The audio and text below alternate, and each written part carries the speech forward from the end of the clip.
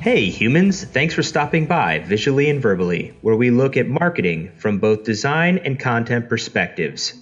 Pictures and words, my friends, pictures and words. Today we're talking about a brand spanking new website that aims to be an Etsy for artists. To follow along, you can find this website at zebra.com or catch the video podcast at thinkmonsters.com. By the way, that's spelled ZIIBRA.com. A little confusing there with the zebra. According to an Adweek post about the site, Zebra wants to be the destination for painters, musicians, and designers to promote and sell their wares, as well as share their creative processes. The digital platform believes it can act as a digital portfolio of artist resumes for brands while connecting the two for campaigns, creating a source of revenue for the community. So let's talk about the content and design of this website. We'll flip a coin to see which side we'll start from, the visual or the verbal. Patrick, the coin flip, please. I'm flipping. It's visually. From a visual side of things, the site is pretty clean. Nice use of white space, and they've broken up the areas on the main page and subpages so it doesn't feel jam-packed or cluttered. A lot of sites that function as a portfolio piece for creatives and artists tend to jam everything together, and sometimes that gets difficult and overwhelming for people, especially when there's a lot of visual elements on the page. The photography of the creative work is really strong on this site right now, which is one of the areas that can break a site like this. The potential for users to upload subpar photography is pretty great. So this may be a pitfall in the future for them as they get more artists to sell their work. But right now, they've done a good job of putting up great photography of the work and of the artists.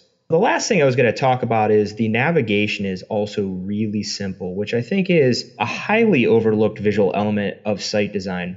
Most of the time, people go with the tried and true about us, services, products, resources, contact us, log in, buy, whatever those are. So they make the navigation longer than it needs to be. Instead of cluttering the site with a million options in Zebra, the visitor is given the option to sell on Zebra or explore artists, which ultimately leads to purchasing their art. And I think that's one of the things that they've done really well is that they've looked at it and said, okay, what are the two things we want people to do? And the navigation becomes their call to action there.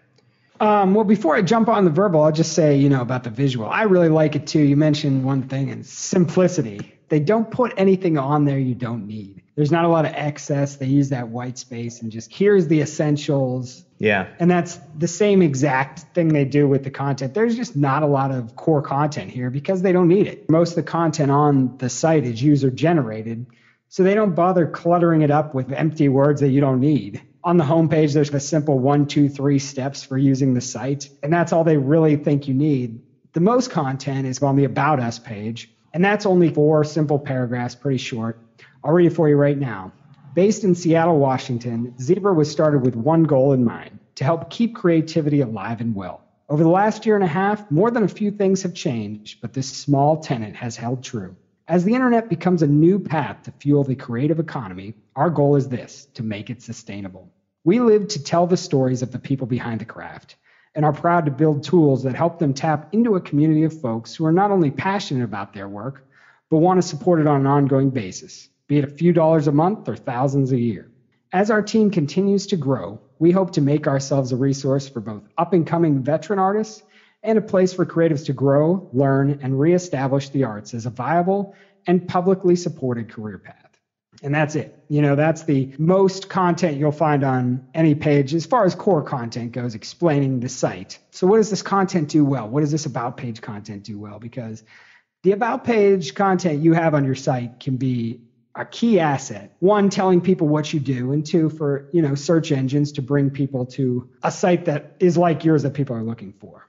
So what this does well, what I just read you, it's compact and to the point. Like the rest of the site, there's not a lot of empty words there. Let's just tell people exactly what we want to say and no more. The second thing is it has an aspirational quality to it. It creates that sense of mission, vision, and passion like you were talking about. It's something you look at and you're like, all right, this makes you feel good about what the site is doing and product and service they're providing.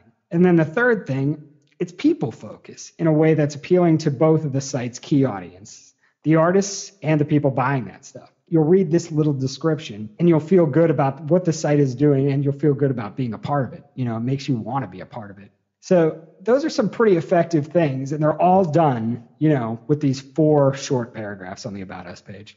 One of the things you talked about early on in the Verbally exploration that I liked is that, there's not a lot of content that's generated by the site. It's by the users, by the artists, right? And they didn't confuse that with that they needed to clutter it up with their own mission or their own content. And to me, that really helps clean up the site so that it's got a lot of white space and allows the art to be showcased. Yeah, and that's a good, lesson for companies out there, the value of white space, and especially with content, I see it. I'm sure you see it with design too. There's always this we need more, we need to tell them everything we do. Every aspect needs to be thrown out there and put into words on the site. And that's not really the case. Get it down to the essentials. What do people need to know? And the more spare and simple you can make that, the better. So all in all, I think it's a pretty good site. And, we wish best of success to Zebra. That's this website, Visually and Verbally. We hope this gives you some ideas for your own website. If you'd like to suggest a website for us to talk about, email us at feedback@thinkmonsters.com. Stop back again for another dose of Visually and Verbally.